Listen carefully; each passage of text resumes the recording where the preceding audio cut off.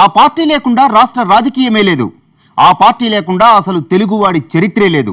మరి అలాంటి పార్టీని 3 దశాబ్దాలకు పైగా నడిపిస్తున్నది తెరపైన కనిపించే అధినేతలు ఒక్కరే కాదు, తెర వెనుక ఉండే కార్యకర్తలు కూడా. టీడీపీ నిర్మాణానికి రాళ్లెత్తిన ఆ కేడర్ పునాదుల మీదే మహా రాజకీయ సామ్రాజ్యాన్ని నిర్మించుకున్న టీడీపీ అధినేత ఇప్పుడు ఆ కేడర్ రుణం ఎలా తీర్చుకుంటున్నారో మీరే చూడండి. 1983 తెలుగు రాజకీయ చరిత్ర మేలి మలుపు తిరిగిన ఏడాది అది. తెలుగు రాజకీయ చరిత్రను చూస్తే 1983 టీడీపీ ఆవిర్భావానికి ముందు, టీడీపీ ఆవిర్భావం తర్వాత అనేంతగా విభజన రేఖ గీసింది ఆ పార్టీ. నందమూరి అందగాడు తెలుగుదేశం పార్టీని స్థాపించి ప్రజల్లోకి వస్తే ఆ పార్టీకి అన్ని జిల్లాల్లో గ్రామ గ్రామాన బలమైన క్యాడర్ను తయారు చేసింది మాత్రం నారావారబ్బాయే. అసలు ప్రపంచంలోనే అత్యుత్తమ క్యాడర్ ఉన్న పటిష్టమైన పొలిటికల్ పార్టీ ఏదైనా ఉందా అంటే అది టీడీపీయే అని చెప్పక తప్పదు. 3 దశాబ్దాలకు పైగా టీడీపీ ప్రస్థానంలో క్యాడర్దే కీలక పాత్ర.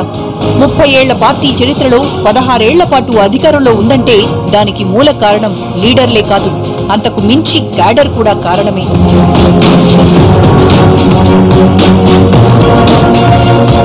అవును, టీడీపీకి క్యాడర్ ఒక్కటే ప్రాణం. దశాబ్దాలుగా కార్యకర్తలే త్యాగాలు చేసి పార్టీని నిలబెడుతూ వచ్చారు. పార్టీని కార్యకర్తలు పట్టించుకున్నంత స్థాయిలో చంద్రబాబు నాయుడు మాత్రం కార్యకర్తలను పట్టించుకోవడం లేదన్న విమర్శలు ఇప్పుడు సర్వత్రా వినిపిస్తున్నాయి. అవును, చంద్రబాబు అధికారంలోకి వచ్చి ఏడాది పూర్తి కావస్తోంది. బాగుంది, ఏడాదిగా బాబు సీఎం పీఠంపై కూర్చున్నారు, ఇది బాగానే ఉంది. చంద్రబాబుతో పాటు ఆయన కుమారుడు లోకేష్ కూడా సమాన హోదా అనుభవిస్తున్నారు, ఇది ఇంకా బాగుంది. ఆంధ్రప్రదేశ్ నవ నిర్మాతగా చరిత్ర చంద్రబాబును గుర్తిస్తుంది, ఇది మరింత బాగుంది. కానీ పార్టీ ఎటు వెళ్తోంది, కార్యకర్తలు ఏమైపోతున్నారు అన్న విషయాలు మాత్రం ఎవరూ పట్టించుకోవడం లేదు.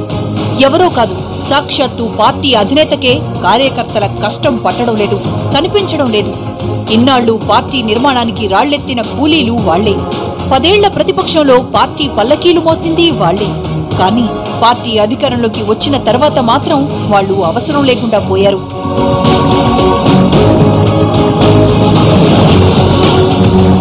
అసలు కార్యకర్తలు లేకపోతే టీడీపీయే లేదు.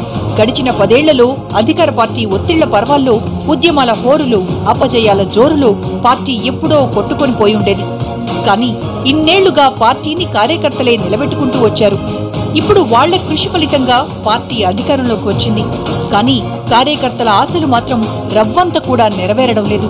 టీడీపీ అధికారంలోకి వచ్చి ఏడాది అయినా వాళ్లకు ఒరిగింది ఏదీ లేదు. కారణం, కార్యకర్తలే నా ప్రాణం అని చెప్పుకునే చంద్రబాబు ఆ మాటను కేవలం మాటలకే పరిమితం చేశారు తప్ప చేతల్లో చూపించడం లేదు. ఏడాదిగా ఒక్క నామినేటెడ్ పోస్టును కూడా భర్తీ చేయకుండా చంద్రబాబు కాలయాపన చేస్తూనే ఉన్నారు. దీంతో కార్యకర్తల్లో అనంత నైరాస్యం అలుముకుంది. మొత్తంగా పార్టీ చంద్రబాబుకి అన్నీ ఇచ్చింది, కానీ బాబు మాత్రం పార్టీకి అదే స్థాయిలో ఇవ్వలేకపోతున్నారన్నది ఏ ఒక్క కార్యకర్తను కదిపినా తెలుస్తోంది. ఈ గత 10 ఏళ్లుగా మనం అధికారంలో లేనప్పుడు పార్టీకి ఏ కార్యకర్త అయితే వెన్నుదన్నుగా ఉండి ప్రతి విషయాల్లో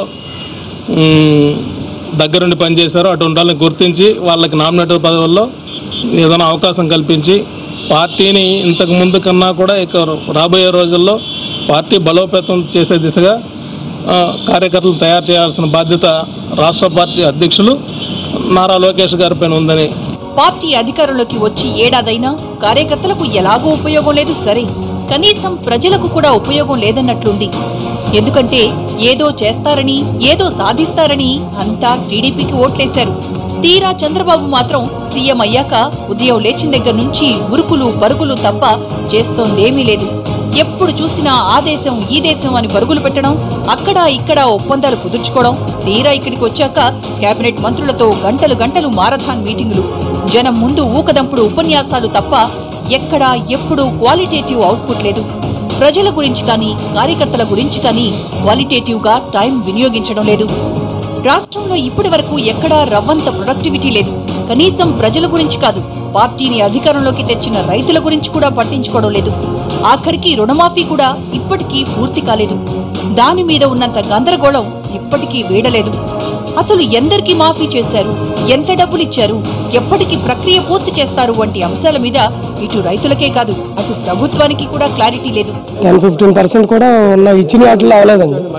అవి కూడా 1,00,000 రుణం అట్లా ఉంటే 4,000 5,000 పోయినవి కూడా చాలా ఉన్నాయండి. ఆడ అసలు అప్పు మేము ఎందుకు తీసుకున్నామో వీళ్ళు చుట్టూ తిరగడానికి తీసుకున్నట్లు అనిపిస్తున్నది మాకైతే. ఏమన్నా పురుగుల మందు తాగి సాయాలనిపిస్తుంది. ఇప్పుడు అన్ని డీటెయిల్స్ తీసుకునే బ్యాంక్ వాళ్ళు ఇచ్చింటారు మాకు అప్పులు. మరి ఇప్పుడు ఈ లిటికేషన్ ఎందుకు పెట్టినారో మాకు అర్థమైతలేదు. ఈ రుణమాఫీ అనేది ఒట్టి బూటకం అండి, ఏమీ జరగదు. రైతులను సర్వనాశనం చేయడానికి ఇది ఒక ప్లాను. ఎందుకంటే చేస్తే కామ్గా చేయాలి, లేకపోతే వదిలేయాలి. ఇంకా కలెక్టర్ దగ్గరికి అన్నారు, ఇది కూడా అవ్వదు. రేపు పొద్దున మళ్ళీ మినిస్టర్ పెట్టమంటారు. ఇది ఒక తంతుగా తయారైంది. బాబు గారు సీఎం అయ్యి ఏడాది అవుతున్నా ఇప్పటికీ ఏ విషయంలోనూ క్లారిటీ లేదు. ఇటు రైతుల విషయంలో క్లారిటీ లేదు, అటు రాజధాని విషయంలో క్లారిటీ లేదు, కార్యకర్తల విషయంలో అస్సలు క్లారిటీ లేదు. ఈ రోజు కూడా స్పష్టమైన సిస్టమ్ లేదు.